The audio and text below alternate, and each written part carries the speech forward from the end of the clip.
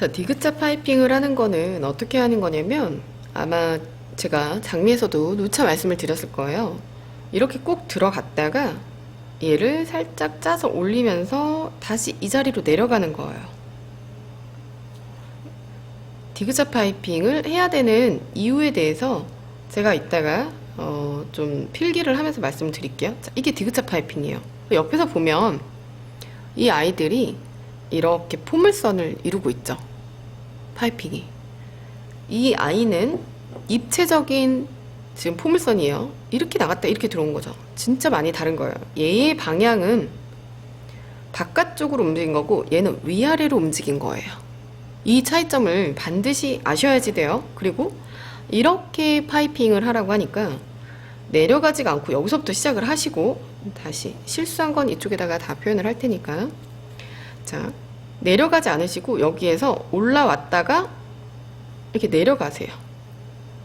그러니까 얘가 얘보다 내려가야지 되는데 올라오기만 하죠. 그리고 또 심지어 올라가지를 않고, 그러니까 내려가지 않고 올라오니까 엉덩이가 다 떨어졌다가 또 심지어 이렇게 갖다 붙이시는 분들도 있어요. 지금 방금 보셨어요? 엉덩이가 공중부양을 하고 있죠. 엉덩이가 공중부양을 하는 거예요. 아, 올라갔다가 내려오라고 했어. 그러니까 더구나 얘가 또 레디 하는 것처럼 이렇게 많이 생기는 거예요. 많이들 실수하시는 것 중에 하나가 레디도 있다고 그랬죠. 이렇게 찌르면 바로 움직여야지 돼요. 근데 짜는 거예요, 뒤로. 그리고 나서 이렇게 움직이면 한 잎이 굉장히 길게 짜지는 거예요. 정확하게 이 사이와 이 사이에 하나, 아이고, 이 사이와 이 사이에 하나가 딱 들어와야지 돼요. 자, 여기에서 시작해서 움직이는 동시에 짜주시는 거예요. 짜는 동시에 움직인다라고 말하는 것도 똑같고요. 푹 들어갔다가 올라오면서 짜고 다시 내려가야지 이렇게 동글동글한 동백이 완성이 돼요. 장미에서도 잎사귀는 똑같아요. 이렇게 만들어진 잎사귀는. 그러니까 장미에서도 똑같이 파이핑법을 제가 이거를 한번 다시 이제 정리를 해서 말씀드린다고 하는데, 장미만 맨날 하는 것 같아가지고 진도를 나가다 보니까 또 장미를 궁금해 하시고 기다리시는 분들이 분명히 있으실 텐데 제가 지금 그렇게 못하고 있어요.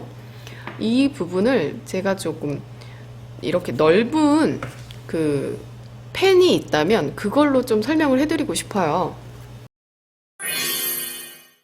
자, 가지고 있는 펜을 좀 갖고 왔는데 제가 원하는 그 넓은 마카펜이라고 하죠. 옛날에 까만색 그 대자보 쓰고, 이게 너무 또 세대 차이 나나요? 대자보 쓰고 했던 그 이렇게 삼각형으로 생긴 블랙 그 마카가 있어요. 잉크의 그 병에 들은 것 같은. 그게 있으면 아마 좀 더 확실하게 아실 텐데, 지금 이건 캘리그라피 쓰는 건데, 그나마 여기에 이제 요렇게 사각형이 되어 있어요, 이 아이가. 그래서 이걸로 조금 표현을 하면, 우리 선생님들은 지금 디귿자를 하라고 해도, 물론 이쪽에서 이렇게, 저희는 이렇게 파이핑 하는 거니까 이렇게지만 설명은 이렇게 드릴게요. 이렇게 지금 디귿자 파이핑을 하는 거예요, 말하자면. 근데 저는 이 디귿자 파이핑이, 보세요, 이건데 이렇게 올라갔다가 이렇게 내려와요. 이렇게 갔다가 이렇게 내려온다라고도 말할 수 있겠죠. 그러니까 어떤 면이 다르냐면, 이렇게 파이핑을 하면 이것들이 다 살아요. 여기와 여기가. 그러니까 더덜더덜거리죠. 근데 이렇게 올라갔다가 이렇게 내려오는 식으로 좀 이런 포물선이 아니고 요런 포물선을 그리면 이 지금 더덜더덜 거리는 부분, 이 밑에서 숨어서 말하자면 면적이 이렇게 가는 거하고, 지금 이렇게 올라갔다가 내려오면 이렇게 갈 때 여기 지금 각사는 양쪽에 이렇게, 지금 말하자면 얘가 이렇게 가잖아요. 그러니까 이 아이가 여기서부터 이렇게 그냥 파이핑을 하면 요 각이 다 사는 거예요. 근데 얘가 이렇게 올라갔다 이렇게 내려오면 각이 생기지가 않아요. 제가 우리 수강생들하고도 수업할 때 그 유리창 닦는, 양쪽에 이렇게 딱 붙어가지고 유리창 같이 이렇게 닦아준 애들 있죠. 그런 거라든지, 아니면 이렇게 칠판 지우개 같은 걸로 칠판에 하얗게 다 분필을 칠하고 지우개로 이렇게 지우면 아마 제가 뭐 말하는지 금방 아실 거예요.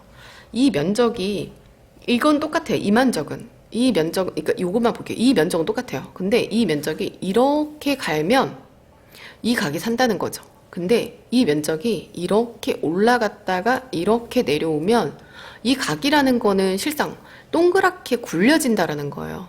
그리고 이렇게 짜서 2cm를 짰어요. 예를 들어서.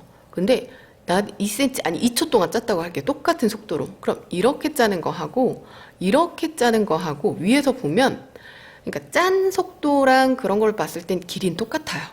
근데 이 아이는 이렇게 위에 올라갔다가 내려왔기 때문에 훨씬 작아 보이는 거예요. 제가 똑같은 앙금으로 꽃을 4개를 5개를 만들어라. 내가 그렇게 지금 앙금을 줬다. 이렇게 하면 저는 그 똑같은 앙금으로 4개, 5개 만들었는데 이렇게 만들어내고요.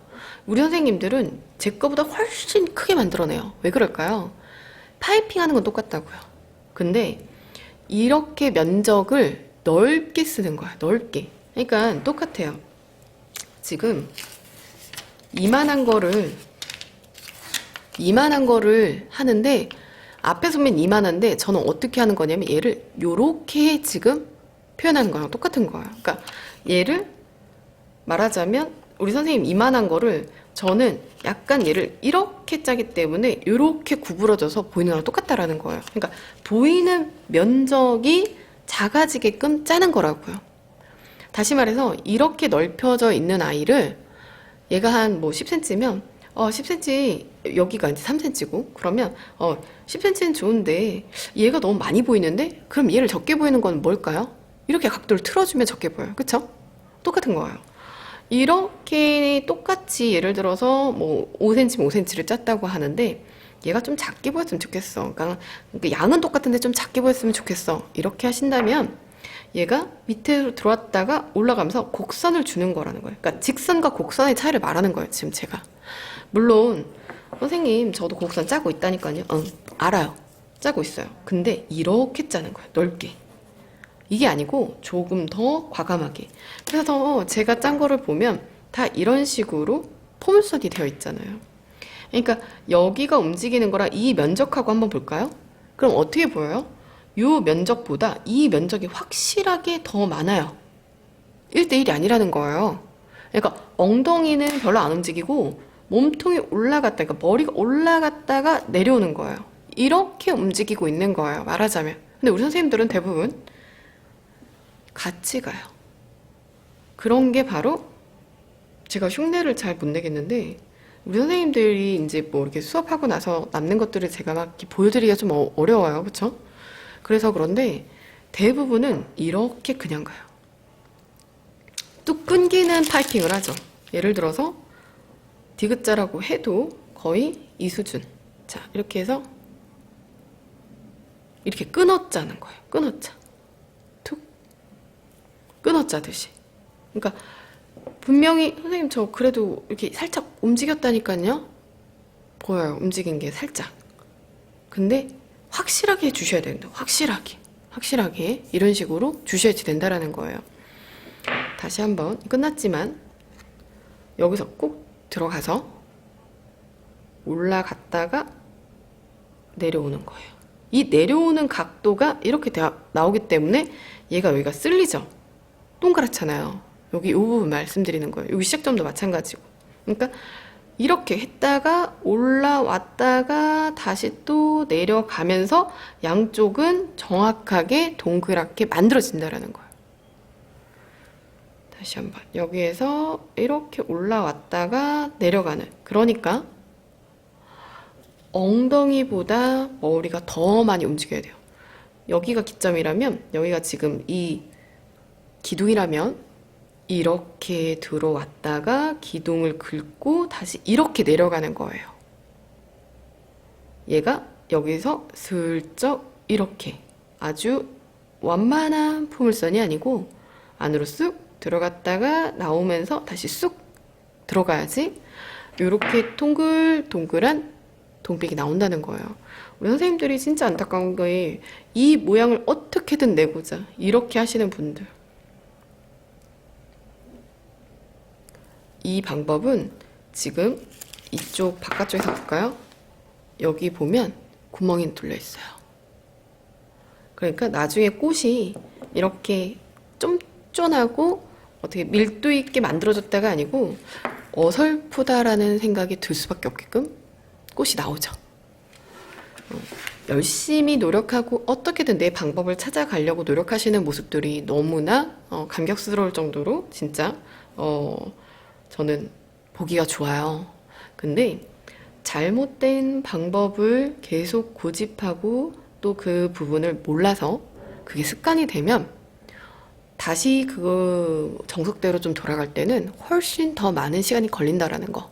그러니까 한번 하실 때 조금 더 면밀하게, 조금 더 집중해서, 그리고 포인트 잡아가면서 연습을 하시기를 제가 권해 드려요.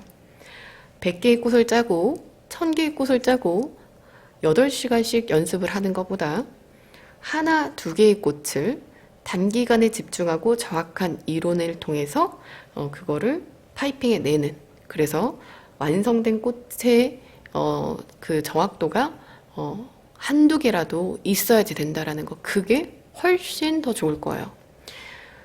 들어보면 막 하루에 진짜 심하신 분들 8시간씩 막 연습하시는데요. 그러면 손 다 망가져요.